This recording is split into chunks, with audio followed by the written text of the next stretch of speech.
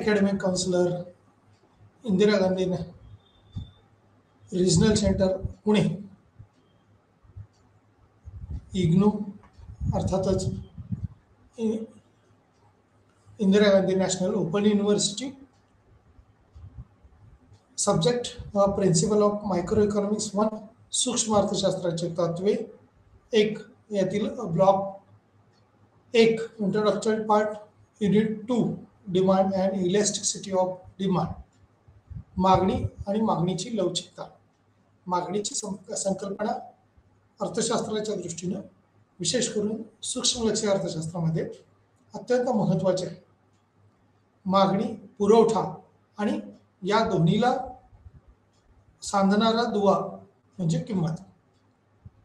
Micro इकॉनॉमिक्समध्ये अत्यंत महत्त्वाचा घटक किंवा एकूणच अर्थव्यवस्थेच्या दृष्टीने जरी आपण पाहिलं तरी सूक्ष्म घटकापासून ते समग्र घटकापर्यंत एकूण उत्पादनाला असणारी मागणी ही अत्यंत महत्त्वाची असते. किंवा कोणताही घटक असो, त्या घटकासाठी जर मागणीच झाली नाही किंवा अपुरी मागणी असेल, कमी मागणी असेल, तर अनेक उत्पादन घटक हे बेकार राहतील, व्यावसायिकदार बेकार राहतील, रोजगार मिळणार नाही. त्या जमिनीच्या संदर्भात असेल तर भूमीला खंड मिळणार नाही.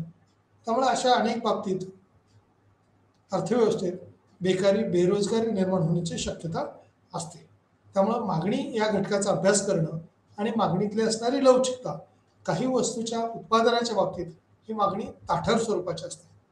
उदाहरणार्थ मिठाची मागणी किंवा काही घटकाची मागणी ही आपल्याला आवश्यक तेवढी करावीच लागते, परंतु एखाद्या घटकाच्या मागणीत किमतीमध्ये ज्या पद्धतीने बदल होतोय त्या पद्धतीनं त्या वस्तूच्या किमतीमध्ये बदल होण्याची शक्यता असते.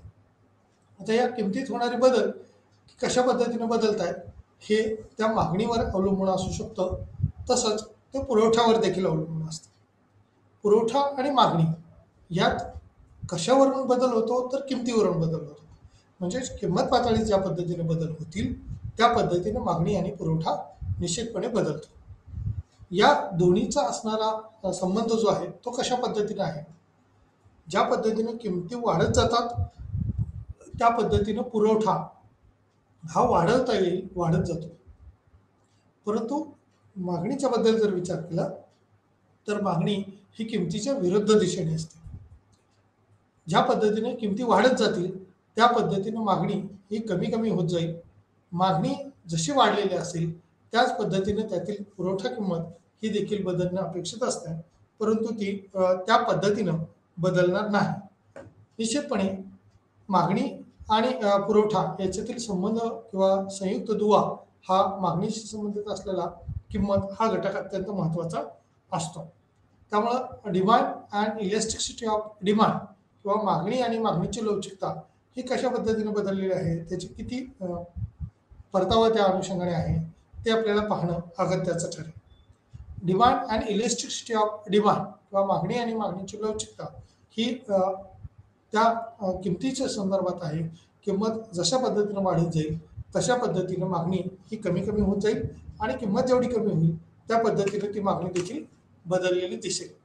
मागणी आणि मागणीची लवचिकता याच्यामध्ये मागणीचे स्वरूप काय आहे, द नेचर ऑफ डिमांड काय आहे, मागणीचे कार्य किंवा मागणीचे निर्धारक काय आहे, demand function or determinant of demand कशा पद्धतीने होऊ शकतं, ग्राहकाच्या मागणीचे निर्धारक काय आहेत, determinant of demand for a consumer कशा पद्धतीनं ग्राहक त्या किमतीशी संबंधित आहे किंवा त्याच्या बाबतीत फरक करू शकतो, बाजारातील मागणीचे निर्धारक determinant of demand in a market त्या डिटर्मिनंट किंवा त्या अनुषंगाने मागणीत कशा पद्धतीने बदल होतोय आणि मागणीचा कायदा किंवा लॉ ऑफ डिमांड जो आहे तो किंवा मागणीचा नियम या ठिकाणी म्हटलेला आहे तो नियम किंवा रूल्स कशा पद्धतीने आहे त्या अनुषंगाने आपल्याला पाहता येईल. मागणी वेळापत्रक किंवा द डिमांड शेड्यूल जे आहे ते कशा पद्धतीने आहे, मागणी वक्र जे आहे ती कशा पद्धतीनं वक्राकार स्थिती ही असू शकते किंवा त्याच्यात बदल होऊ शकतो. द डिमांड कर्व जो आहे तो जर बदलला तर कोणत्या अवस्थेमध्ये बदल होईल, कशा पद्धतीने बदल होईल तो दर्शवलेला आहे. मागणी वक्र, द डिमांड कर्व आणि मागणी वक्राचा उतार जो आहे तो व्हाय डज अ डिमांड कर्व किंवा मागणीच्या अनुषंगाने त्याच्यात होणारा बदल हा देखील त्या ठिकाणी अपेक्षित आहे. मागणी केलेल्या प्रमाणातील बदल आणि मागणीतील बदल changes in quantity demand and changing in demand, म्हणजे मागणी केलेल्या प्रमाणातील बदल आणि त्या अनुषंगाने होणारा बदल हा अपेक्षित आहे का, किती प्रमाणात अपेक्षित असू शकतो, कशा पद्धतीने अपेक्षित असू शकतो, ते या ठिकाणी स्पष्ट केलेलं आहे. मागणीच्या लवचिकतेची संकल्पना जी आहे, concept of elasticity of demand, मागणीची किंमत लवचिकता, अ, त्याच्यामध्ये प्राइस इलेस्टिसिटी ऑफ डिमांड असं म्हटलंय. मागणीची उत्पन्न लवचिकता जी आहे, इन्कम इलेस्टिसिटी ऑफ डिमांड, उत्पन्न लवचिकता कशी आहे, आणि मागणीची किंमत क्रॉस इलेस्टिसिटी जी आहे, प्राइस क्रॉस इलेस्टिसिटी डिमांड जी आहे ती कशा पद्धतीने बदलते. मागणीच्या किंमत लवचिकतेचे प्रमाण जे आहे ते कशा पद्धतीने बदलू शकतो. Measurement of price elasticity of demand जे आहे ते मागणीच्या किंमत लवचिकतेचे प्रमाण आणि measurement of price elasticity of demand हे देखील तितकंच महत्त्वाचं आहे. मागणीची किंमत लवचिकता जी आहे, इलेस्टिसिटी ऑफ डिमांड आणि determinant of price elasticity of demand ही जर बदलली तर त्या बदलत्या किमतीनुसार त्यात बदल होणं अपेक्षित आहे. किमतीचे महत्त्व किंवा मागणीच्या लवचिकतेचे महत्त्व जे आहे, इम्पॉर्टन्स ऑफ प्राइस इलेस्टिसिटी जी आहे ती किती असू शकते, आणि त्या अनुषंगाने कन्क्लुजन जे आहे ते यामध्ये दिलेला भाग असेल. त्यामुळं वेगवेगळ्या पातळीवरती आपण मागणीची किंमत लवचिकता कशी बदललेली आहे, उत्पन्नाच्या अनुषंगाने कसे बदल होत आहेत, किमतीच्या अनुषंगाने कसे बदल होतात, ते त्या ठिकाणी स्पष्ट केलेलं आहे. मागणीची किंमत लवचिकता निर्धारक असू शकते का, कशा पद्धतीनं, किंवा किमतीचे निर्धारक काय आहेत, मागणीची लवचिकता कशा पद्धतीने बदलू शकते ते त्या ठिकाणी स्पष्ट होऊ शकते. मानवी गरजा पूर्ण करणे हे सर्व उत्पादनाचे मूळ उद्दिष्ट आहे. अर्थव्यवस्थेतील क्रियाकलाप आहेत, मानवी इच्छा आहेत, निसर्गातः अमर्यादित स्वरूपाचे समाधान देणारी साधने उपलब्ध आहेत का, मर्यादित आहेत का, ग्राहकाने उपलब्धतेचा इष्टतम वापर हा केलेला आहे का. या ठिकाणी जसं आपण अर्थशास्त्र म्हणजे काय त्याची व्याख्या पाहिली, त्या व्याख्येच्या अनुषंगाने अमर्यादित गरजा, मर्यादित साधनं, मर्यादित साधनाचा पर्याय वापर करणं शास्त्र म्हणजे अर्थशास्त्र असं आपण म्हटलेलं आहे. या अर्थशास्त्रामध्ये अमर्यादित स्वरूपाची साधन सामग्री जी आहे ती निसर्गात उपलब्ध नाही आहे, परंतु समाधान देणारी जी काही साधनं किंवा जे इतर घटक आपण म्हणूया ते कशा पद्धतीचे आहेत, किती आहेत, ते आपल्याला पाहणं अगत्याचं ठरेल. मानवी गरजा पूर्ण करणे हे सर्व उत्पादनाचे मूळ उद्दिष्ट आहे.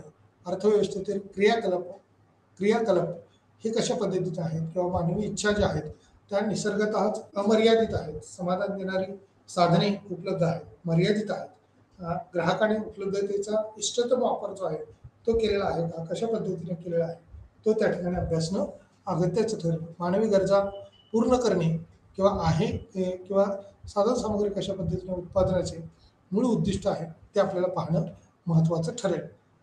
त्याचबरोबर मागणीचे स्वरूप किंवा मागणी इच्छा ही ग्राहकाची फक्त एक इच्छा आहे.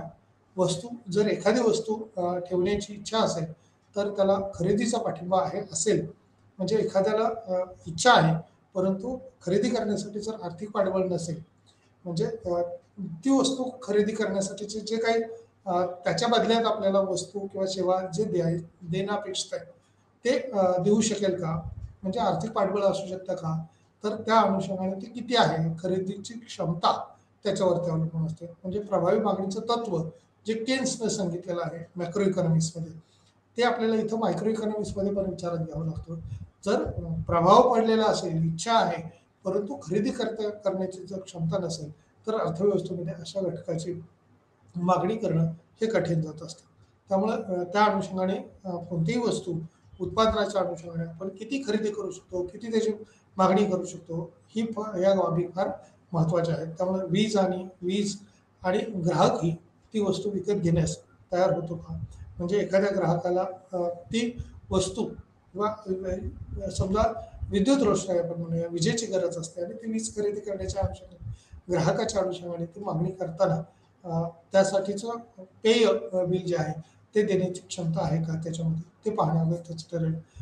दुसरीकडे ग्राहकाची इच्छा आहे की ए बाजारातील दिलेल्या किमतीवर वस्तूचे निश्चित प्रमाण किंवा पुरेशी क्रयशक्ती असेल, ती बाजारातील क्रयशक्ती किती प्रमाणात आहे, कशा पद्धतीने आहे ते पाहणं महत्त्वाचं ठरेल. मागणी इच्छा ही ग्राहकाची फक्त एक इच्छा आहे. वस्तू जर एखादी वस्तू ठेवण्याची जर क्षमता असेल त्याला खरेदीचा पाठिंबा असेलच असे नाही.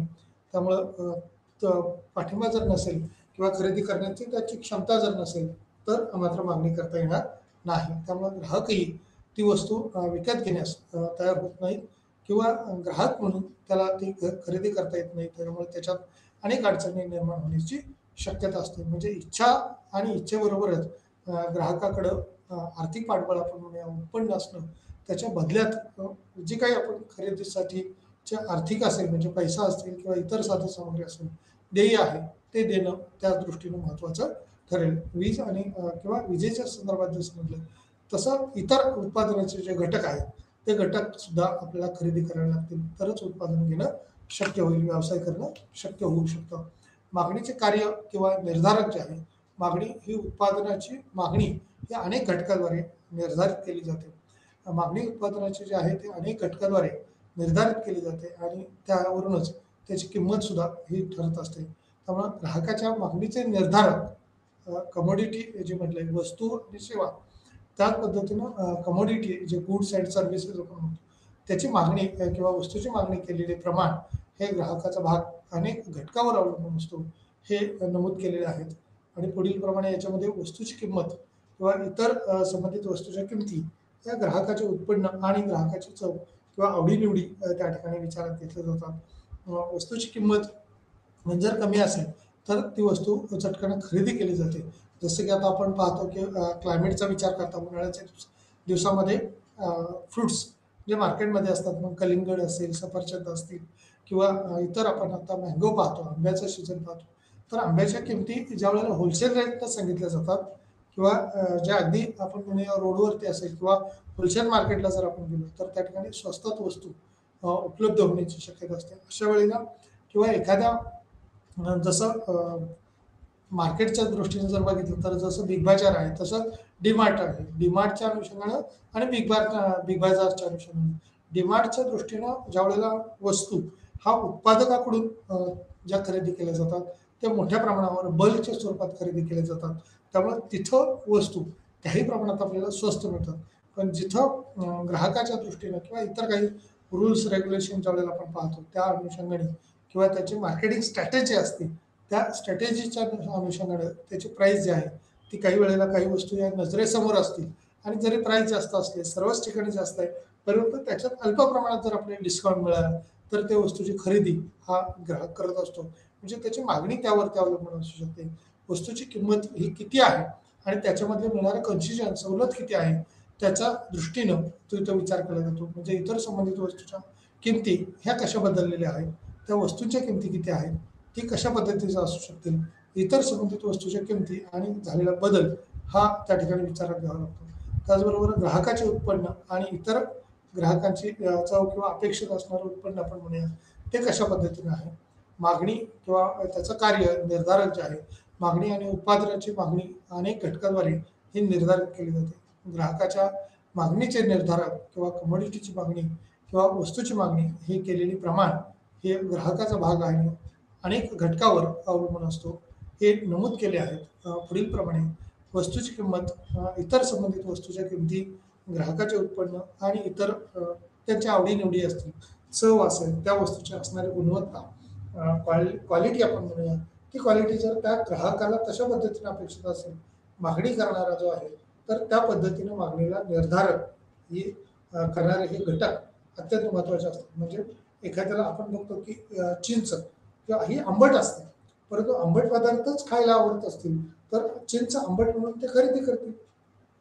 किंवा इतर वस्तूच्या बाबतीत स्वीट होम मधला पण पेढा हा पदार्थ एखाद्याला तो शुगर असेल तर तो पेढा खाऊ शकणार नाही. त्याच्यामुळे त्याला किती स्वस्त दिली परंतु त्याचा आवडता घटक नसेल तर तो खाणार नाही. मग बिस्किटच्या बद्दल असतील किंवा इतर चॉकलेटच्या बद्दल असतील, लहान मुलांच्या संदर्भात जर पाहिलं तर चॉकलेट्स ह्या लहान मुलांना आवडतात कारण त्याच्यातला जो गोड पदार्थ असतो किंवा गोड असणारा घटक आपण म्हणूया, चव असणारे म्हणून बघतो. तर ह्या चवीच्या वेगवेगळ्या व्हरायटीज, कलर्स, चॉकलेटचे कलर्स जे वरच्या बाजूने आपण रॅपिड सुद्धा आकर्षक रंगाचं असतं आणि चकाट असल्यामुळं लहान मुलांना विशेष करून त्याची आवड निर्माण झालेली असते आणि त्याच्यामुळे तो ग्राहक त्या वस्तूची मागणी करत असतो. त्यामुळे वस्तूची किंमत जशी आहे, मग अगदी ₹1 असेल, ₹2 असेल, ₹10 असेल, ₹100 चॉकलेट असेल, डेअरी मिल्कसारखे चॉकलेट आणखी जास्त प्राईस असणारे सुद्धा अवेलेबल मार्केट मार्केटमध्ये आपण पाहतो त्यावेळेला वस्तूची किंमत ही जशी बघितली जाते तशी त्याच्यातली असणारी चव किंवा त्याचं असणारं आपण म्हणूया उत्पादकाचं किंवा ग्राहकाचं मागणी करणाऱ्याचं जे उत्पन्न आहे ते सुद्धा त्या ठिकाणी महत्त्वाचं असतं. त्यामुळे ग्राहकाचं उत्पन्न जर जास्त असेल तर त्या उत्पन्नानुसार त्या वस्तूची मागणी निश्चित केली जाईल. इतर संबंधित वस्तूच्या किमती किंवा ग्राहकाचे उत्पन्न आणि ग्राहकाची चव उत्पन्न जास्त आहे. इतर संबंधित वस्तूच्या किमती कशा आहेत? मग जसं की आपण चहा पित असताना त्याच्यामध्ये साखरेचं प्रमाण असतं, चहा पावडर असते किंवा कॉफी घेत असेल तर कॉफीचं प्रमाण असतं. चहा चहा पावडरच्या पण वेगवेगळ्या कंपनीज मार्केटमध्ये अवेलेबल आहेत आणि या कंपनीचा विचार करता आपल्याला कोणत्या कंपनीचा किंवा विशिष्ट प्रकारे आपण ब्रुक बॉन्ड A1 आपण ज्यावेळेला म्हणतो किंवा टाटा टी आपण म्हणतो अशा वेगवेगळ्या कंपनी मार्केटमध्ये आहेत. सोसायटी चहा असेल, HP चहा असेल, अशा पद्धतीच्या चहा पावडर मार्केटमध्ये अवेलेबल असतात आणि याच्या असणाऱ्या किमती तुलनात्मकरित्या ह्या जवळपास सारख्या किंवा थोडेफार फरक 5, 10, 20 रुपयांनी फरक असतो. किलो पाठीमागे 20 रुपयापर्यंत डिफरन्स आणि याच्यात जर किमती वाढलेल्या असतील तर ग्राहक काय करेल? चहा पावडरऐवजी कॉफी खरेदी करेल. म्हणजेच निश्चितपणे याची मागणी बदलेल. साखरेची जर किंमत वाढली तर साखरेऐवजी गुळाची मागणी त्या ठिकाणी वाढू शकेल. गुळाची किंमत वाढलेली असेल तर साखरेची मागणी होईल. कॉफीची किंमत वाढलेली असेल तर चहा पावडरची मागणी वाढेल. म्हणजे संबंधित वस्तूला पर्यायी असणाऱ्या वस्तू ज्या आहेत त्याची किंमत देखील विचारात घेतली जाते.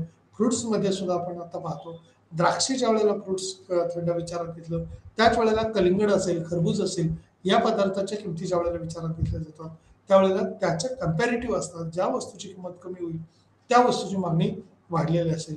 आंब्याची मागणी आता आहे त्या पद्धतीनं श्रीखंड आणि आम्रखंडचं प्रमाण तुलनात्मकरित्या याच म्हणजे ज्यूस आयटममध्ये आपण जसं वेगवेगळे पाहतो तशा पद्धतीने इतर आंब्याचं सीझन असतात इतर ज्यूसची मागणी असेल किंवा स्वीट आयटमची मागणी आपण म्हणतो खाडीचे लिक्विडमध्ये जसं की आम्रखंड आहे, श्रीखंड आहे म्हणजे दुग्धजन्य पदार्थ आहे तर त्याची तुलनात्मकरित्या उत्पादनही खरं तर उन्हाळ्याच्या सीझनमध्ये ॲग्रिकल्चर गुड्समध्ये शेतीपूरक व्यवसाय जो आहे दुग्ध व्यवसाय केला जातो तर तिथं उत्पादनही चारा जनावरांचा कमी असल्यामुळं दुधाचं उत्पादन तुलनात्मकरित्या कमी उन्हाळ्याच्या सीझनमध्ये होत असतं आणि त्याच वेळेला जरी मागणी असते तरी ती मागणीचं प्रमाण देखील काही प्रमाणात घटलेलं असतं.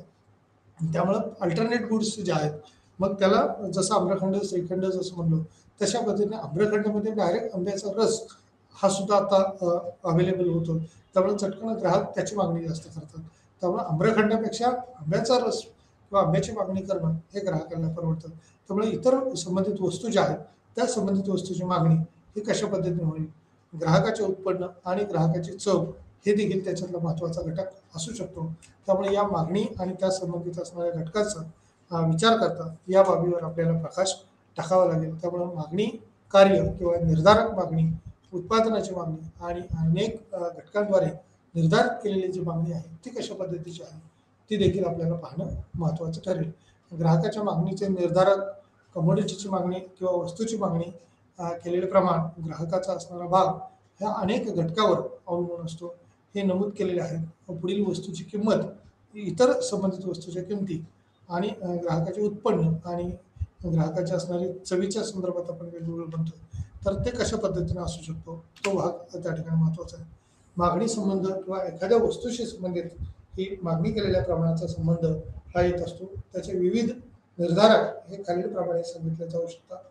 वस्तूची किंमत वस्तूच्या किमतीला महत्त्व असते आणि ग्राहकाने मागणी केलेल्या प्रमाणावरील प्रभाव हा देखील त्या ठिकाणी महत्त्वाचा आहे. साधारणपणे उच्च वस्तूची किंमत ही वस्तूची मागणी स्थिर राहतात.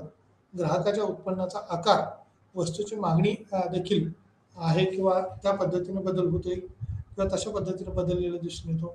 ग्राहकाच्या उत्पन्नाच्या आकाराने प्रभावित यामध्ये आकार किंवा विशिष्ट प्रकारच्या वस्तूची किंमत ही किती आहे वस्तूच्या किमतीला फार महत्त्व आहे आणि ग्राहकाने प्रभावित होऊन ती किंमत देणं किंवा देय स्वरूपात जर असेल तर निश्चितपणे त्याचा फायदा होतो. साधारणपणे उच्च वस्तूची किंमत ही वस्तूची मागणी स्थिर राहतात आणि ग्राहकाच्या उत्पन्नाचा आकार हा देखील त्याच्यात बदललेला असतो. वस्तूची मागणी देखील आहे किंवा ग्राहकाच्या उत्पन्नाच्या आकाराने त्यात प्रभाव पडलेला असतो. या प्रकरणामध्ये जिथे उपभोक्त्याच्या उत्पन्नात वाढ झाल्यामुळे त्याच्या प्रमाणात अचानक काही वेळेला काही भागांमध्ये किंवा एका ठिकाणची लोकसंख्या दुसऱ्याच ठिकाणी स्थलांतरित झालेली असते. जिथं ती लोकसंख्या स्थलांतरित झालेली आहे त्या ठिकाणाला त्या वस्तूची मागणी मोठ्या प्रमाणावर वाढलेली असते. त्यामुळं तिथली उपजीविका किंवा तिथला उपभोग हा वाढत असतो. किंवा आता सिजनेबल आयटम ज्यावेळेला आपण म्हणतो त्यावेळेला ग्राहकाला विशिष्ट वस्तूची मागणी ही वाढवावीच लागते. म्हणजे जून जुलै ज्यावेळेला आपण बघतो त्यावेळेला शालेय साहित्याची मागणी ही मोठ्या प्रमाणावर वाढलेली असते. वही, पेन, पेन्सिल, बॅग अशा वस्तूची मागणी ही मोठ्या प्रमाणावर ग्राहक हा करत असतो. त्यामुळे ग्राहकाच्या उत्पन्नाचा आकार जो आहे तो किती स्थिर असला तरी देखील या वस्तूची मागणी करावी लागते. दीर्घकाळात या वस्तूच्या मागणीच्या अनुषंगाने त्याला बदल करावे लागतात. त्यामुळे वस्तूची मागणी देखील आहे किंवा ग्राहकाच्या उत्पन्नाच्या आकाराने प्रभावित करणं आणि त्या उत्पन्न जर वाढलं, एखाद्या व्यक्तीचं समजा 50,000 उत्पन्न असेल आणि त्याला इन्सेंटिव्ह किंवा इतर काही पगार वगैरे वाढ झालेली असेल आणि 75,000 असेल किंवा 1,00,000 रुपये उत्पन्न झालं तर त्या ग्राहकाची मागणी देखील तशाच पद्धतीनं वाढू शकेल किंवा बदलू शकेल अशी स्थिती दिसून येते. त्यामुळे वस्तूची मागणी बदललेली असेल, ग्राहकाच्या उत्पन्नाच्या आकाराने प्रभावित होऊन ती मागणी बदलते किंवा उपभोक्त्याच्या उत्पन्नात वाढ झाल्यामुळे त्याचे प्रमाण जे आहे ते वाढलेलं दिसून येतं. ज्या वस्तूची मागणी केली जाते त्याला सामान्यतः काही मूलभूत बाबीचा विचार हा झालेला दिसतो किंवा संबोधलेला अनुभवायला येतो. त्यामुळे एखाद्या वस्तूची मागणी हे केलेल्या प्रमाणाचा संबंध किंवा त्याचे विविध निर्धारक हे खालीलप्रमाणे सांगितले जाऊ शकतात.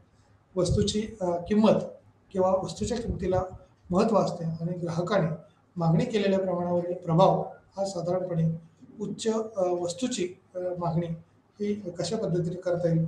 वस्तूची मागणी ही स्थिर राहतात किंवा वस्तूची मागणी ही स्थिर राहून त्या घटकामध्ये बदल करता येत नाहीत किंवा त्या वस्तूच्या किमतीत काही वेळेला बदल होऊ शकतो, काही वेळेला होऊ शकत नाही. परंतु सर्वच वस्तूच्या बाबतीत वस्तूच्या किमती बदलतात असं होत नाही. नाशवंत वस्तूच्या बाबतीत किमती बदलाव्या लागतात आणि त्या ग्राहकापर्यंत त्या वस्तू पोचवाव्या लागतात किंवा विक्री कराव्या लागतात.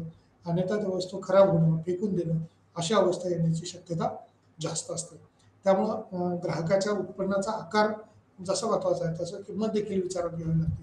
उत्पन्न वाढ किंवा उत्पन्नाचं घट झाली, उत्पन्नाचा आकारमान जर कमी झालेला असेल, कोविडच्या काळात आपण पाहिलं की वेगवेगळ्या वस्तूंची किमती या जरी कमी झालेल्या होत्या परंतु लोकांचं उत्पन्न घटल्यामुळं, उत्पन्न कमी झाल्यामुळं ग्राहकाच्या उत्पन्नाच्या आकाराने प्रभावित न होता जिथे उपभोक्त्याच्या उत्पन्नात वाढ झाल्यामुळे त्याचे प्रमाण वाढते. ज्या वस्तूची मागणी केली जाते त्याला सामान्य प्रकरण म्हणून संबोधले जाते किंवा त्या अनुषंगाने त्याच्या वस्तूत त्याचा बदल होतो. इतर वस्तूच्या किमती एखाद्या वस्तूसाठी ग्राहकाची मागणी आहे त्या व्यतिरिक्त इतर वस्तूच्या किमतीवर तितकाच प्रभाव पडतो.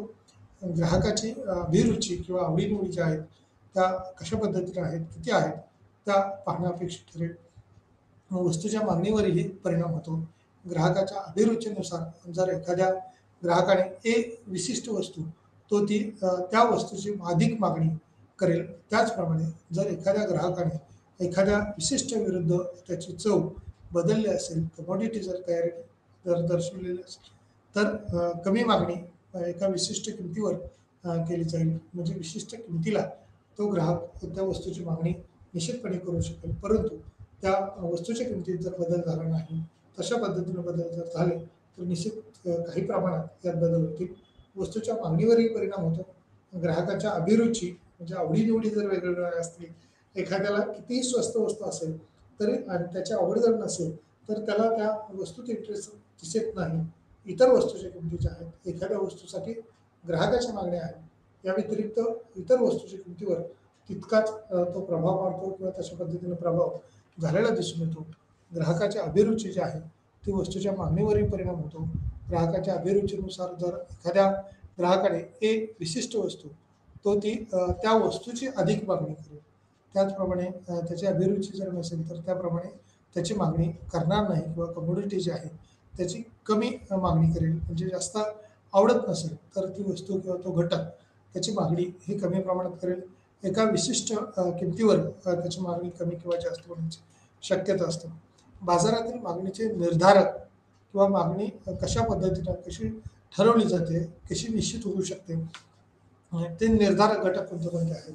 तर बाजारातील वस्तूची मागणी हे ठरवणारे घटक हे समान स्वरूपाचे असतात.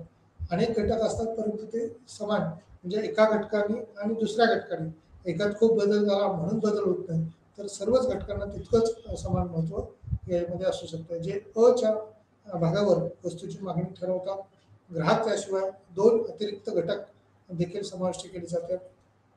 त्याचबरोबर त्याशिवाय दोन अतिरिक्त घटक जे समाविष्ट केले जातात त्याच्यामध्ये लोकसंख्येचा आकार आणि उत्पन्नाचे वितरण. भारतात आता 140 कोटीपेक्षा जास्त लोकसंख्या झालेली आहे. भारत हा लोकसंख्येच्या बद्दल अग्रस्थानी असणारा देश आपण आता पाहतोय. 121 कोटी लोकसंख्या ही 2011ची लोकसंख्या आहे आणि 2011 नंतर 21ला जी जनगणना होणार होती ती डिजिटल स्वरूपाची जी आकडेवारी आपल्यासमोर येते त्या आकडेवारीनुसार 140 कोटी ही लोकसंख्या आहे. जगात आता भारताने अग्रक्रम प्राप्त केलेला दिसतोय, तेव्हा प्रथम क्रमांकाची लोकसंख्या चीन नंतर आपण म्हणत होतो, परंतु आता चीनपेक्षाही भारताची लोकसंख्या ही वाढलेली दिसते. त्यामुळं या लोकसंख्येच्या आकारानुसार काही घटकांची मागणी करणं हे अपरिहार्य आहे. लोकसंख्येचा आकार जितका मोठा असेल तितकी वस्तू ही जास्त असेल. मागणी केलेली किंवा लोकसंख्येचा आकार आणि इतर अनेकावर त्याचा परिणाम होऊ शकतो. उत्पन्नाचे वितरण ही संकल्पना समजू शकणारे किंवा सांगणे ही थोडी कठीण आहे. सध्या भाषेत किंवा साध्या भाषेत अटी हे सूचित करते की राष्ट्रीय उत्पन्न कसे आहे, जे घटक उत्पन्न किंवा एका वर्षातील अर्थव्यवस्थेचे नागरिक हे खालच्या आणि मध्ये वितरित केले जातात. लोकसंख्येचा आकार किंवा इतर सर्व घटक हे अपरिवर्तित राहिलेले आहेत. लोकसंख्येचा आकार जितका मोठा असेल तितकी वस्तू जास्त असेल आणि मागणी केलेल्या किंवा लोकसंख्येचा आकार हा इतर अनेक घटकांच्या अनुषंगाने देखील महत्त्वाचा असल्याचं दिसून येऊ शकतो. त्यामुळे बाजारातील वस्तूची मागणी ठरवणारे घटक हे समान असतात. त्याच्यामध्ये लोकसंख्येचा आकार आहे, उत्पन्नाचे वितरण आहे. देशाकडे असणारं उत्पन्न हे वेगवेगळ्या पद्धतीनं सर्वसामान्यांपर्यंत वितरित करता येऊ शकतं. लोकसंख्येचा आकार, उत्पन्नाचे वितरण ही वितरण प्रणाली जी आहे, संकल्पना जी आहे ती समजून घेणं हे तितकंच महत्त्वाचं आहे. साध्या भाषेत अटी हे सूचित करते की राष्ट्रीय उत्पन्न कसे आहे किंवा त्याची गणना कशा पद्धतीने आहे. उत्पन्न एका वर्षातील अर्थव्यवस्थेचे नागरिक किंवा खालच्या भागामध्ये वितरित केलेला घटक जो आहे तो म्हणजे उच्चवर्णीय लोक असतील, मध्यमवर्गीय लोक असतील आणि अल्प किंवा आपण म्हणूया गोरगरीब सर्वसामान्य जनता असेल, यांच्यापर्यंत या उत्पन्नाचं वितरण कशा पद्धतीनं करता येईल, उत्पन्नाचे वाटप कशा पद्धतीने करता येईल ते देखील त्याच्यात पाहणं अगत्याचं ठरेल. बाजारातील मागणीचे निर्धारक जे आहेत ते जे आहेत ते लोकसंख्येचा आकार आहे, उत्पन्नाचे वितरण आहे. त्याचबरोबर त्यात असणाऱ्या वेगवेगळ्या घटकामध्ये मागणीचा नियम हा देखील कार्यान्वित करत असतो. त्या मागणीच्या नियमामध्ये किंवा त्याला कायदा म्हटले कमोडिटीवर परिणाम करणाऱ्या घटकापैकी जे वरती स्पष्ट केलेलं आहे, मागणीचा आकार कशा पद्धतीने आहे आणि एकूण लोकसंख्या कशी आहे. सर्वात महत्त्वाचा घटक हे किंमत आहे आणि या किंमतीवरतीच खरं तर मागणी अवलंबून असते. सर्वसाधारणपणे जवळपास सर्व बाबतीत कमोडिटीज किंवा मागणीची वस्तू आणि सेवेची जी मागणी आहे, मागणी केलेले प्रमाण आहे ते वस्तूच्या किमती कमी झाल्यामुळे वाढतात आणि त्याउलट जेथे इतर वस्तूची किंमत हे ग्राहकाचे उत्पन्न आणि ग्राहकाच्या अभिरुची अपरिवर्तित राहतील म्हणतात किंवा त्या अनुषंगाने लॉ ऑफ डिमांड थोडक्यात मागणीचा कायदा म्हणून असे म्हटले जाऊ शकते किंवा मागणी केलेले घटक हे देखील तिथे महत्त्वाचे असू शकतात. थोडक्यात मागणीचा नियम आणि त्या अनुषंगाने असणारे कायदे हे तितकेच महत्त्वाचे ठरू शकतात. खालीलप्रमाणे किंवा इतर गोष्टी समान राहिल्या तरी त्या ठिकाणी त्याचा किमती आणि मागणी याच्यातला संबंध हा व्यस्त असल्याचं दिसून येतो. वस्तूची किंमत आणि मागणी केलेले घटक यांच्यात कशा पद्धतीने बदल होऊ शकतो तो या तक्त्याच्या सहाय्याने किंवा टेबलच्या अनुषंगाने दिलेला आहे. मागणीचं वेळापत्रक या ठिकाणी आलेलं आहे. मागणीच्या नियमाचा उपयोग दर्शवण्यासाठी आपण काल्पनिक आकृत्या वापरून किंवा मागणीच्या कायद्याचा एक अवलंब दर्शवणारा हा तक्ता हा दिलेला आहे किंवा त्या अनुषंगाने त्याचा डिमांड ड्राफ्ट जो आहे तो याच्यात दिलेला आपण पाहू शकतो. कशा पद्धतीने किंवा किती मागणी होऊ शकते, कशा पद्धतीने मागणी येऊ शकते. मागणीच्या वेळापत्रकामध्ये किंवा मागणी केलेले घटक जे आहेत, मागणीच्या नियमांचा उपयोग जो आहे, तो दर्शवण्यासाठी आपण काल्पनिक आकृत्या वापरू शकतो. मागणीच्या कायद्याचा अवलंब दर्शवणारा खालील दिलेला तक्ता 2.1 असे म्हणतात किंवा डिमांड शेड्यूल जे आहे ते कशा पद्धतीने आहे. तर demand schedule of consumer for apples म्हणजे सफरचंद खरेदी करणारा जो ग्राहक आहे, तो क्वांटिटी ऑफ डिमांड किंवा किती मागणी करू शकतो इन केजी पर वीक म्हणजे एका आठवड्याला सफरचंदाची मागणी कशा पद्धतीने असू शकते आणि त्याच वेळेला price of Apple per KG एका किलोसाठी असणारी किंमत जर किमतीत बदल झाला असेल आणि आठवड्यांमध्ये ज्या पद्धतीने बदल होतो तशा पद्धतीनं जर कुटुंबातली संख्या किंवा मागणी करणाऱ्या घटकाकडे उपलब्ध असणारं पॉप्युलेशन जर जास्त असेल तर तशा पद्धतीने त्याच्यात बदल केलेला दिसून येतात आपल्याला. यावरून मागणीच्या वेळापत्रकात काय स्पष्ट होऊ शकतं, ज्या वेळेला प्राइस इलेस्टिसिटी किंवा प्राइस पर केजी किंमत 100 रुपये आहे, 200 रुपये आहे, 300 रुपये आहे, 400 रुपये किंमत आहे, अशा पद्धतीने किमतीत झालेला हा जो बदल आहे त्याच अनुषंगाने क्वांटिटी डिमांड ऑफ ॲपल्स जे आहे ती 15, 12, 8, 3 अशा पद्धतीने ही क्वांटिटी जी आहे ती बदललेली दिसून येते किंवा क्वांटिटीत अशा अनुषंगाने बदल झालेले पाहायला मिळतात. The demand schedule of consumer for Apple जो ग्राहक मागणी करतो तो 100 के जी किंवा पर के जी एवढी प्राईस असताना आर एस किंवा किंमत त्या ठिकाणी असताना 15 किलोची मागणी करेल आठवड्यासाठी. ज्यावेळेस 200 रुपये एवढी किंमत होती आहे त्यावेळेस 12 के जी ही मागणी करेल. त्याचबरोबर 300 रुपये किंमत असताना 8 के जी मागणी करेल आणि किंमत ज्यावेळेस 400 रुपये एवढी होती आहे म्हणजे 100 रुपये असेल, 200 रुपये असेल, 300 रुपये असेल, 400 रुपये असेल त्यावेळेला मागणी मात्र 15, 12, 8 आणि 3 अशा पद्धतीने ही मागणी किलोमध्ये कमी झालेली दिसून येते. पर वीक किंवा प्रत्येक आठवड्याला किलोमध्ये असणारी मागणी ही सुरुवातीला 15 किलो असणारी मागणी नंतर 3 किलोपर्यंत खाली आलेली दिसते. याचा अर्थ किंमत हा मागणीवर प्रभाव टाकणारा घटक असल्याचं आपल्याला स्पष्ट होत आहे किंवा किंमत जशी वाढत जाईल तशा पद्धतीने मागणी ही घटलेली दिसते. दुसऱ्या बाजूने असंही म्हणता येईल किंमत कमी असताना मागणी ही जास्त असल्याचं दिसून येतं म्हणजे दोघांचा सहसंबंध हा व्यस्त स्वरूपाचा असल्याचं आपल्याला या ठिकाणी अनुभवायला मिळते. त्याच पद्धतीनं त्याचे डायग्रॅम देखील आपल्याला बघता येऊ शकते पुस्तकामध्ये किंवा व्यावहारिक जी काही ज्ञानार्थित आपण मागणी मायक्रो इकॉनॉमिक्सची पुस्तक वाचतो त्याच्यामध्ये आपल्याला स्पष्ट पाहता येईल. गुगलवरनं देखील आपल्याला सर्च करता येऊ शकते. त्यामुळे या दोघातला व्यस्त संबंध मागणी आणि किंमत हा स्पष्ट होईल. त्यानंतर मागणी कर्व जो आहे तो या ठिकाणी दाखवलेला आहे. डावीकडून उजवीकडं घसरलेला आहे किंवा तशा पद्धतीनं प्राईस जशी वाढत जाईल तशा पद्धतीनं हा वक्र जो आता आपण म्हणालो तो किमतीत जशा पद्धतीनं वाढ होईल तशा पद्धतीनं यात मागणी जी आहे ती घटलेली दिसते आहे. सुरुवातीला 0 पासून किंवा 0 to 15 म्हणजे 15 के जीची मागणी डी या अवस्थेमध्ये केलेली दिसते. नंतर ती प्राईस जर वाढलेली असेल तर बी म्हणजे आणखी वरच्या बाजूला किंवा मागणी कमी झालेली दिसते 10 पर्यंत. सीच्या अवस्थेमध्ये 5 डी घटलेली आहे. आणखी स्मॉल डी जो आहे तो जास्तच किंवा अगदीच कमी मागणी झालेली आपल्याला दिसून येते. इथंच विश्लेषणात्मक किंवा विश्लेषणात्मक आपल्याला माहिती दिलेली आहे. मागणी वक्र चांगल्याच्या प्रमाणामधील संबंध दर्शवतो. ग्राहक खरेदी करण्यास इच्छुक आहेत आणि चांगल्याची किंमत किंवा त्याची असणारी प्राईस ही आकृतीच्या सहाय्यानं 2.4 मध्ये आता आपण ती पाहिली. एक्स आणि वाय हे दोन वक्र दाखवलेले आहेत. सफरचंदाची किंमत रुपयामध्ये दिलेली होती ते आपण पाहिले. ग्राहकाकडून आठवड्याला जे सफरचंद मोजले जातात किंवा घेतले जातात ती संख्या किंवा पाहिलेले संयोजन हा तक्ता 2.1 चे बिंदू ए द्वारे दाखवले आहे. जिथे रुपये 100 प्रति किलो सफरचंद 15 युनिट आहेत आणि मागणी केली त्याचप्रमाणे गुण बी सी डी हे रुपयाचे संयोजन दर्शवतात. 200 किंमत 12% किंवा 12 रुपये रक्कम मागितली. रुपये 300ची किंमत 8 प्रमाणातल्या अवस्थेत दिसून येते. चौथ्या किंवा 4000 किंमत असताना 3च के जी किंवा एवढी मागणी केलेली दिसून येते. त्यामुळे ए बी सी आणि डी बिंदूचे एकत्रित जोडणे जे आहे ते डी आम्हाला मागणी वक्र म्हणतात.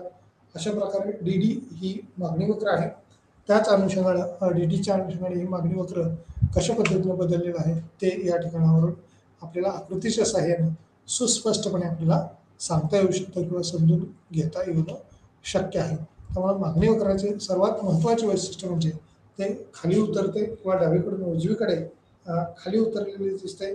तसंच अंजनाच्या मागणीची मागणी देखील जर विचारात घेतली तर तो वक्र हा सरळ रेषा दाखवलेला आहे, परंतु मागणी वक्र हा नेहमी सरळ रेषा असणे आवश्यक नाही. त्याच पद्धतीने त्याच्यात बदल झालेले देखील आपल्याला दिसून येतात किंवा तशा अनुषंगाने ते बदललेले स्थितीत अनुभव येत असतो. परंतु मागणी वक्र हा नेहमी सरळ असणे आवश्यक नाही. ते फॉर्ममध्ये देखील असू शकते किंवा आकृतीत 2.5 मध्ये दाखवल्याप्रमाणे त्याच्यात बदल झालेला दिसून येईल. मागणी वक्राचा उतार जो आहे तो खाली का होतो किंवा खाली कशा पद्धतीने असू शकतो मागणी वक्र, तो त्या ठिकाणी समजून घेणं तितकंच महत्त्वाचं आहे.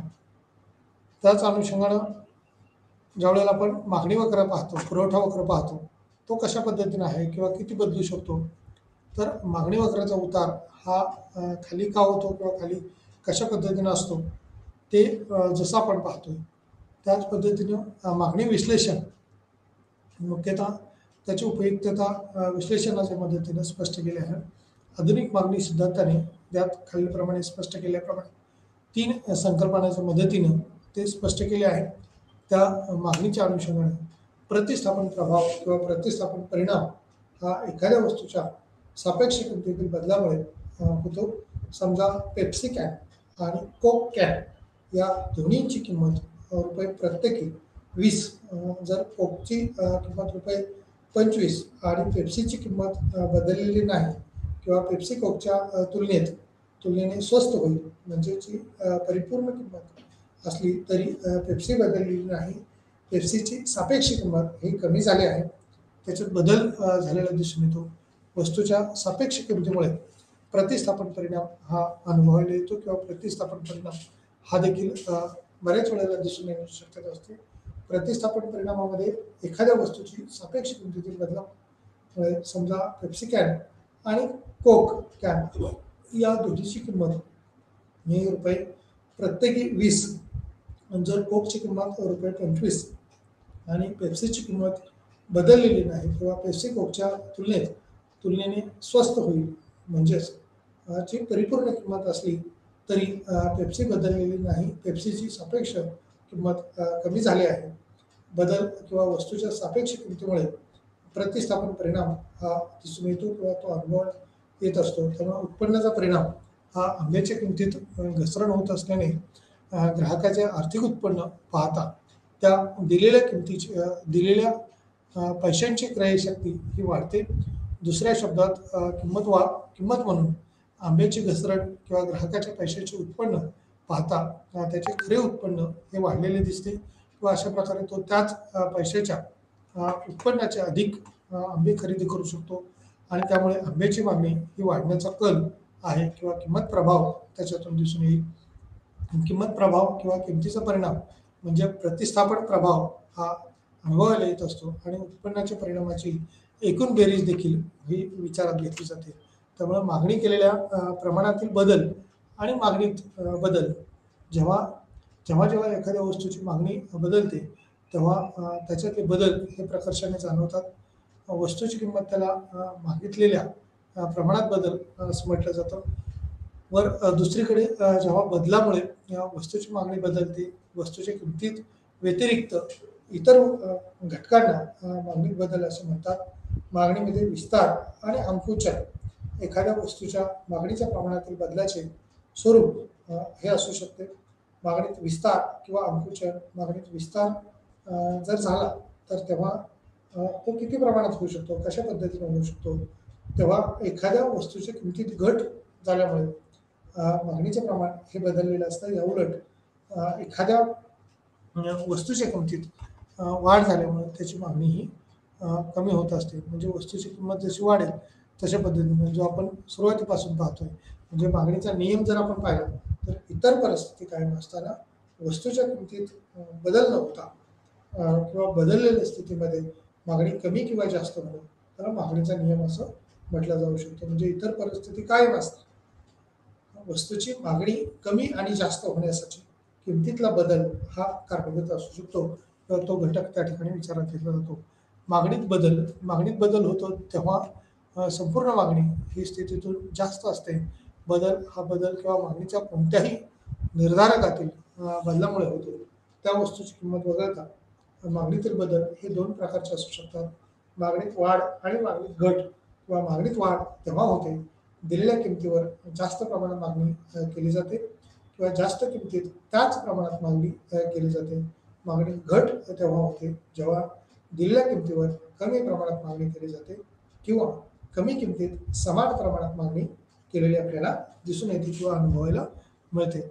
मागणीच्या लवचिकतेची संकल्पना जी आहे ही मागणीची लवचिकता अवलंबून असलेल्या व्हेरिएबलची प्रतिक्रिया असते किंवा मागणी स्वतंत्र व्हेरिएबलमध्ये दिलेल्या बदलासाठी किंवा वस्तूची किंमत ही उपभोक्त्याचे उत्पन्न किंवा कमोडिटीच्या व्यतिरिक्त इतर वस्तूच्या किमतीत लवचिकता किंवा एका व्हेरिएबल्सची दुसऱ्या व्हेरिएबलची संवेदनशीलता मोजली जाते. त्यामुळे लवचिकता टक्केवारी जी आहे किंवा प्रमाणानुसार तयार केली जाते. त्याच्यातलं किती प्रमाण होऊ शकतं, कशा पद्धतीने होऊ शकतं ते निश्चितपणे दर्शवलेलं आहे. त्यामुळे दिलेल्या टक्केवारीत किंवा अनुपातिक बदलावर अवलंबून व्हेरिएबलची किंवा त्यातल्या घटकांची जी मागणी आहे ती प्रामुख्याने 3 घटक जे आहेत ते निर्धारणाशी संबंधित आहेत. त्या संदर्भातल्या मागणीच्या लवचिकतेत 3 महत्त्वाच्या संकल्पना आहेत. एक किंमत मागणीची लवचिकता, मागणीची उत्पन्न लवचिकता आणि क्रॉस लवचिकता. किंमत लवचिकता किंवा मागणीची उत्पन्न लवचिकता जी आहे ती कशा पद्धतीने आहे. किंमत लवचिकता किमतीनुसार बदल कसे होतात. मागणीची उत्पन्न लवचिकता उत्पन्नानुसार कसे बदल होतात. क्रॉस किंवा तिरकस लवचिकता पण म्हटलं जातं. ही तिरकस लवचिकता कशा पद्धतीची असू शकते. 2.7 मध्ये च्या किंमत लवचिकतेचे मोजमाप हे दिलेलं आहे. पॉईंट पद्धत किंवा टक्केवारी पद्धत म्हणून देखील ओळखले जाते. चर्चा केल्याप्रमाणे वरील या पद्धतीबद्दल लक्षात ठेवण्याचा मुख्य मुद्दा म्हणजे तो आहे किंवा मागणी केलेल्या किमती आणि प्रमाणातील बदल हे केवळ तेव्हाच नियुक्त केले जातात किंवा एकूण खर्च पद्धत ही किंमत मोजण्यासाठी परिमेय पद्धत आहे. जेव्हा जेव्हा किंमत आणि मागणी बदलते तेव्हा मागणीची लवचिकता वापरली जाते.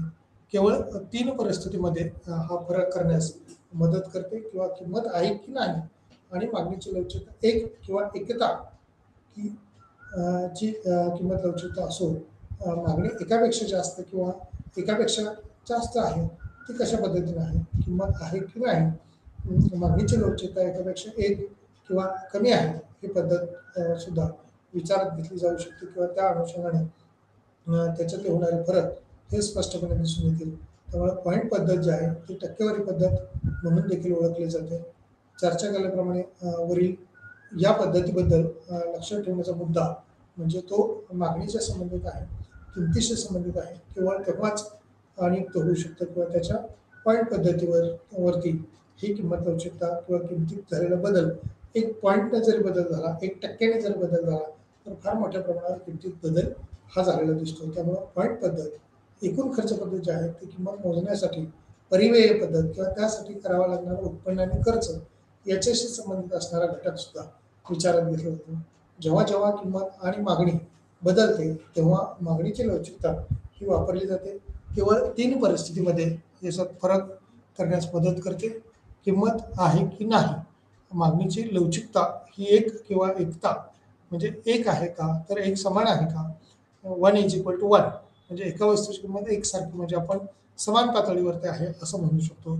ची किंमत लवचिकता असो मागणीपेक्षा जास्त किंवा एकापेक्षा जास्त आहे म्हणजे जेवढी मागणी आहे त्यापेक्षा जास्त जर किंमत होऊ शकते काही वेळेला आणि मागणीची एकापेक्षा कमी किंवा तेवढ्या प्रमाणात असणारी मागणी ही त्यापेक्षा जर कमी असेल तर बाजारपेठेत ते उत्पादन शिल्लक राहील किंवा पडून राहील. त्याच्यामुळे त्यांनी होणारी मागणी ही अपेक्षित मागणी कमी झाल्यामुळं घटल्यामुळं त्या वस्तूची किंमत कमी करावी लागेल किंवा उत्पादन तशा पद्धतीने ते बंद करण्याची शक्यता ओढवलेली दिसून येईल. त्यामुळं अर्थव्यवस्थेमध्ये असणारी मागणी ही कशा पद्धतीने होईल, किती होईल ते आपल्याला पाहावं लागेल. निर्धारक किंमत लवचिकताची मागणी जी आहे, वस्तूची किंमत लवचिकता यावर अनेक घटक आहेत. मागणीच्या किमतीच्या लवचिकतेवर परिणाम करणारे काही महत्त्वाचे घटक जे आहेत ते खालील प्रमाणे दिसून येतात. वस्तूचे स्वरूप किंवा पर्यायांची संख्या, कमोडिटीच्या वापराची संख्या ही कशा पद्धतीने आहे, वस्तूची किंमत पातळी ही कशा पद्धतीची आहे, पर्यायांची संख्या जी आहे ती किती आहे किंवा कशा पद्धतीने बदलू शकेल ते देखील आपल्याला विचारात घेता येऊ शकतं. त्यामुळे कमोडिटीच्या वापराची संख्या आणि वस्तूची किंमत पातळी या दोन्ही निर्धारक बाबीवरती हे घटक अवलंबून असल्याचं आपल्याला दिसून येतात. त्याचबरोबर पर्यायांची संख्या ही किती आहे किंवा कशा पद्धतीने बदलली जाऊ शकते ती त्यामध्ये नमूद केलेली असू शकते. त्यामुळे कमोडिटीच्या वापराची संख्या, वस्तूची किंमत पातळी, त्या किमतीत असणारे बदल, ची किंमत लवचिकता, महत्तम मागणी. अनेक धोरणामध्ये ही मागणीची किंमत लवचिकता ही खूप महत्त्वाची असते. त्यामुळे निर्णय हे विशेषतः व्यक्तीशी संबंधित, सरकारी धोरणाशी संबंधित हे उपयुक्त आहे. किंवा कमोडिटी मार्केट काही महत्त्वाचे फील्ड जेथे किंमत लवचिकता किंवा मागणी ही महत्त्वाची आहे. खालील सूचीबद्धमध्ये मक्तेदारीद्वारे किंमत ही निश्चित करणे, सरकारचा किंमत समर्थन कार्यक्रम किंवा अप्रत्यक्ष कराच्या घटना, काही वेळेला प्रत्यक्ष कर आणि अप्रत्यक्ष कर उत्पन्नाचे गट जशा पद्धतीने असतील तशा पद्धतीनं उत्पन्न गटानुसार त्याची मागणी ही केलेली आपल्याला पाहायला मिळते किंवा अनुभवायला मिळते. त्यामुळे किंमत लवचिकता ही जरी महत्त्वाची आहे, परंतु या किंमत लवचिकतेमध्ये सरकार जर काही वेळेला काही वस्तूंच्या बद्दल अनुदान देत असेल, सबसिडीज देत असतील, तर त्या वस्तूची किमती ह्या कमी झालेल्या असतील, म्हणून त्याची मागणी वाढलेली असते. पण सर्वच वस्तूच्या बाबतीत असं किंवा दीर्घकाळ असं होणं शक्य होत नाही. त्यामुळे अल्पकाळासाठी कदाचित त्या वस्तूच्या संदर्भात अशा घटना या घडलेल्या आपल्याला पाहायला मिळतात. त्यामुळे अप्रत्यक्ष करायच्या सरकारकडून असणारी काही बाबतीतली सवलत ही फायदेशीर ठरू शकते. त्यामुळे त्याची मागणी वाढेल. परंतु बाजारपेठेतली मोनोपॉलिस्टिक असेल, मक्तेदारी असेल, तर मक्तेदारी किंमत त्यावेळेला असते, त्यावेळेला त्याची मागणी ही निश्चित करणे हे कठीण असतं. परंतु त्याची कमी किंमत मात्र ही किंवा उत्पादक विक्रेता हा जो आहे तो म्हणेल ती किंमत त्या ठिकाणी बाजारपेठेत ठेवायला तयार असतो. त्यामुळे मिठासाठी जरी समजा ताठर किंमत असते, कारण किती कमी केली किंमत आणि किती वाढवली तरी ग्राहक जेवढी मागणी करणार तेवढीच करणार आहे. त्या मिठाच्या मागणीमध्ये तो फारसा बदल करणार नाही.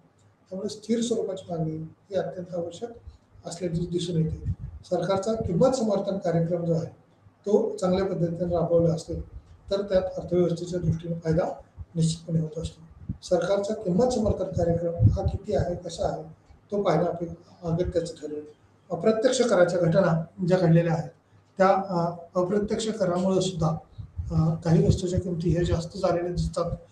प्रत्यक्ष आणि अप्रत्यक्ष करामध्ये त्याचा कसा बदल होतो, किती बदल होतो ते पाहणं आणि त्या अनुषंगाने त्याचे होणारे बदल हे आपल्याला बघावे लागतील. त्यामुळे किंमत निर्धारण त्यात कशा पद्धतीने बदल होतात ते आपल्याला पाहता येऊ शकतात. एक मिनिट.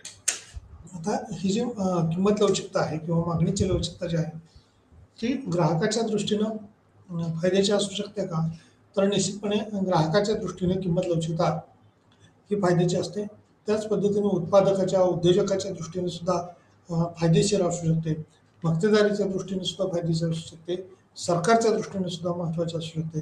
त्यामुळे प्रत्यक्ष कर आणि अप्रत्यक्ष कर याच्यात कशा पद्धतीने बदल करता येईल, किती बदल करता येईल हे त्यावरून अनुभवता येऊ शकतं. त्यामुळे निर्धारण स्थिती काय असेल, कशा पद्धतीची असेल ते आपल्याला पाहावं लागेल किंवा त्या अनुषंगाने त्याच्यातले बदल हे अनुभवायला मिळतील. प्रतिस्थापन प्रभावाच्याच अनुषंगाने जो बदल होतो तो किती होईल, कशा पद्धतीने होईल, त्या पद्धतीत झालेला बदल हा अनुभवता येऊ शकतो. त्यामुळे याच्यातला मागणी किंवा इतर मागणी संबंध जो आहे तो एखाद्या वस्तूशी मागणी केलेल्या प्रमाणाचा संबंध, त्याचे विविध निर्धारक हे खालीलप्रमाणे सांगितले जाऊ शकतात. वस्तूची किंमत किंवा वस्तूच्या किमतीला असणारं महत्त्व हे देखील विचारात घेतलं जातं. ग्राहकाने मागणी केलेल्या प्रमाणावरील प्रभाव हा साधारणपणे उच्च वस्तूची किंमत, वस्तूची मागणी ही स्थिर राहतात. ग्राहकाच्या उत्पन्नाचा आकार हा त्या ठिकाणी महत्त्वाचा आहे. वस्तूची मागणी देखील महत्त्वाची आहे किंवा त्या मागणीवरती परिणाम करणारे घटक हे कोणते कोणते आहेत, कशा पद्धतीचे आहेत ते आपल्याला बघावे लागतील.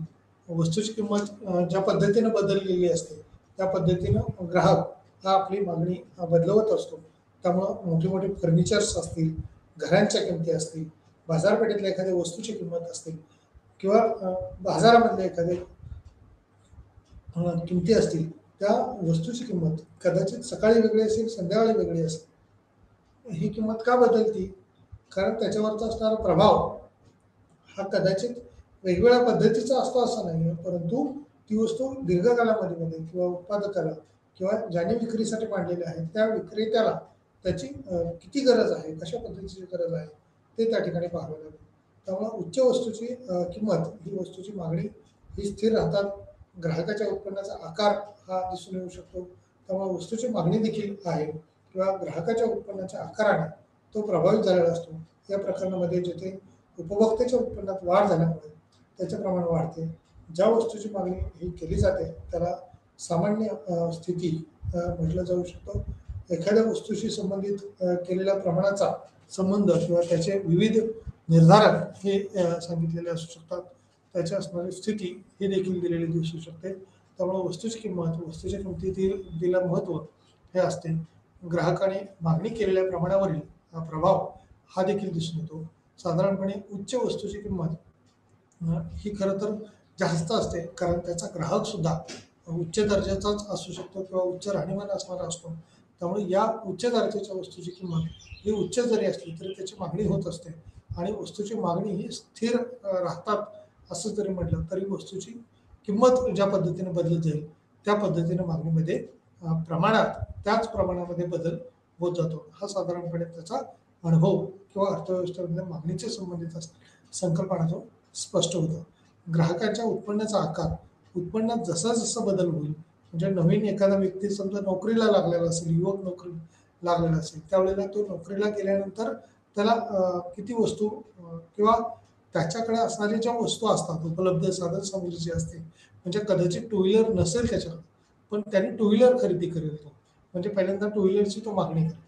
नंतर कालांतराने तो काही दिवसांनी जसं की सुरुवातीला पब्लिक ट्रान्सपोर्ट आहे, नंतर टू व्हीलर मागणी करेल. त्यामुळे स्वतंत्र त्याचं व्हेकल निर्माण झालं. नंतर फोर व्हीलरची मागणी करेल आणि नंतर या फोर व्हीलरच्या मागणीनंतर तो कदाचित पब्लिक ट्रान्सपोर्टची जर मागणी करण्याऐवजी तो त्या फोर व्हीलरसाठी ड्रायव्हरची मागणी करेल.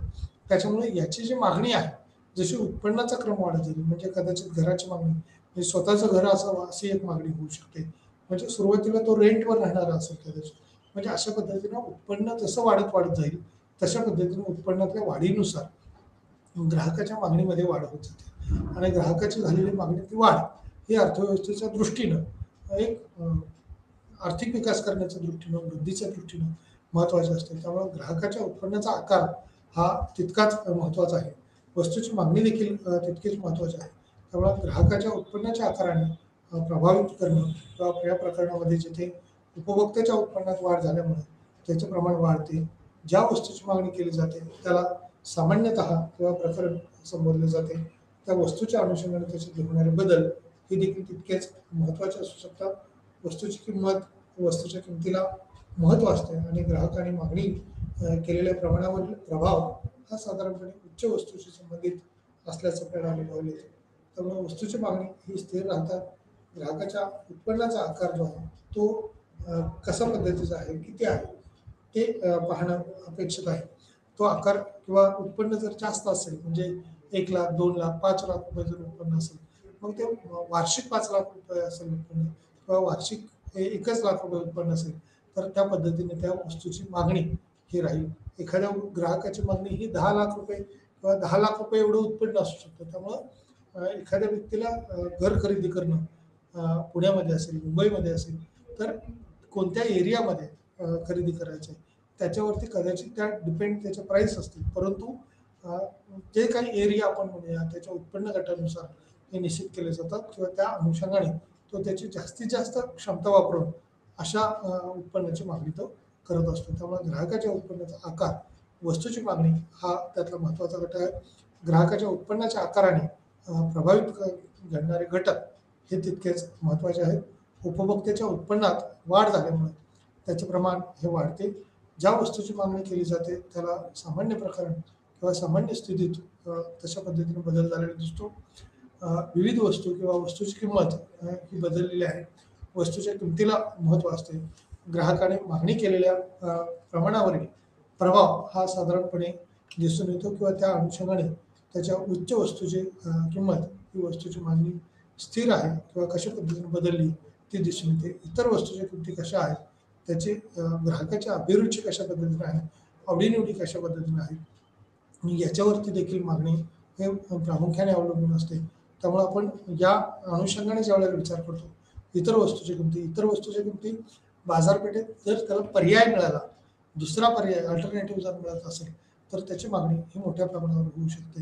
त्यामुळे मागणीतला बदल किंवा मागणीतली लवचिकता जी आहे, ही फार महत्त्वाची आहे आणि इलॅस्टिसिटी ऑफ डिमांड ज्याला आपण म्हणतो, ती वेगवेगळ्या टप्प्यावरती म्हणजे ग्राहकाच्या स्थितीवर असेल, वस्तूच्या किमतीवर असेल, तो कशा पद्धतीने प्रभाव पडू शकतो किंवा त्याची मागणी कशा पद्धतीने असू शकते, वस्तूच्या मागणीवरही परिणाम होतो आणि ग्राहकाच्या अभिरुचीवर देखील त्याचा प्रभाव किंवा निर्देशांक आपण म्हणू शकतो, तो दिलेला दिसून येतो. त्यामुळे ग्राहकाने एखाद्या विशिष्ट विरुद्ध त्याची चव बदलली असेल, कमोडिटी तयारीची असेल, तर कमी मागणी एका विशिष्ट किमतीवर केली जाईल आणि त्या किमतीच्या अनुषंगाने त्याच्यातले बदल हे निश्चितपणे दिसतील. त्यामुळे बाजारातील मागणीचे निर्धारक हे आकाराच्या अनुषंगाने आहे. लोकसंख्येचा आकार हा निश्चितपणे सर्वच ठिकाणी जर पाहिलं तर वाढलेला असतो, परंतु विशिष्ट कालखंडात विशिष्ट ठिकाणी किंवा शहरी भागामध्ये लोकसंख्या ही जास्त वेगाने वाढलेली आहे. ग्रामीणच्या तुलनेत शहरातली लोकसंख्या ही वाढलेली आहे, कारण शहरात अनेक कारणांमुळे मग रोजगाराच्या अनुषंगाने असेल, वेतन मिळणं आपण ज्याला म्हणतोय रोजगारी मिळणं अपेक्षित आहे, परंतु शैक्षणिक सुविधेच्या अनुषंगाने असेल, उद्योगधंद्यांच्या आवश्यकतेने असेल, व्यापाराच्या निमित्ताने असेल, शहराकडे लोकसंख्या ही आकृष्ट होत असते. त्यामुळे इथली मागणी ही मोठ्या प्रमाणावर असलेली आपल्याला अनुभवायला मिळते किंवा दिसून येत असते. त्यामुळे लोकसंख्येचा आकार हा इतर अनेकावरती अवलंबून असतो. तसंच उत्पन्नाचे वितरण ही संकल्पना जी आहे ती समजावून सांगणे किंवा घेणे हे कठीण आहे. साध्या भाषेत अटी हे सूचित करते की राष्ट्रीय उत्पन्न हे कसे आहे चे घटक किंवा उत्पन्न हे एका वर्षातील अर्थव्यवस्थेचे नागरिक किंवा खालच्या आणि मध्ये वितरित केलेले जाऊ शकते किंवा वितरणात तशा पद्धतीची प्रणाली दिसून येते. त्यामुळे मागणीचा कायदा ही कमोडिटीच्या मागणीवर परिणाम करणाऱ्या घटकापैकी वर स्पष्ट केले आहे. सर्वात महत्त्वाचा घटक किंमत आहे आणि प्रश्नात असलेली वस्तू ही सर्वसाधारणपणे जवळपास सर्व बाबतीत ही कमोडिटीज किंवा कमोडिटीची मागणी हे केलेले प्रमाण हे वस्तूच्या किमतीत कमी झाल्यामुळे वाढतात आणि त्याउलट जिथे इतर वस्तूची किंमत हे ग्राहकाचे उत्पन्न आणि ग्राहकाच्या अभिरुची हे अपरिवर्तित राहतील, त्या ठिकाणी किंवा त्या दृष्टीने त्याचा विचार हा केला जातो. लॉ ऑफ डिमांड किंवा थोडक्यात मागणीचा कायदा किंवा मागणीच्या अनुषंगाने झालेले बदल हे किती असू शकतील त्या अनुषंगाने त्याला महत्त्व प्राप्त होत असतं.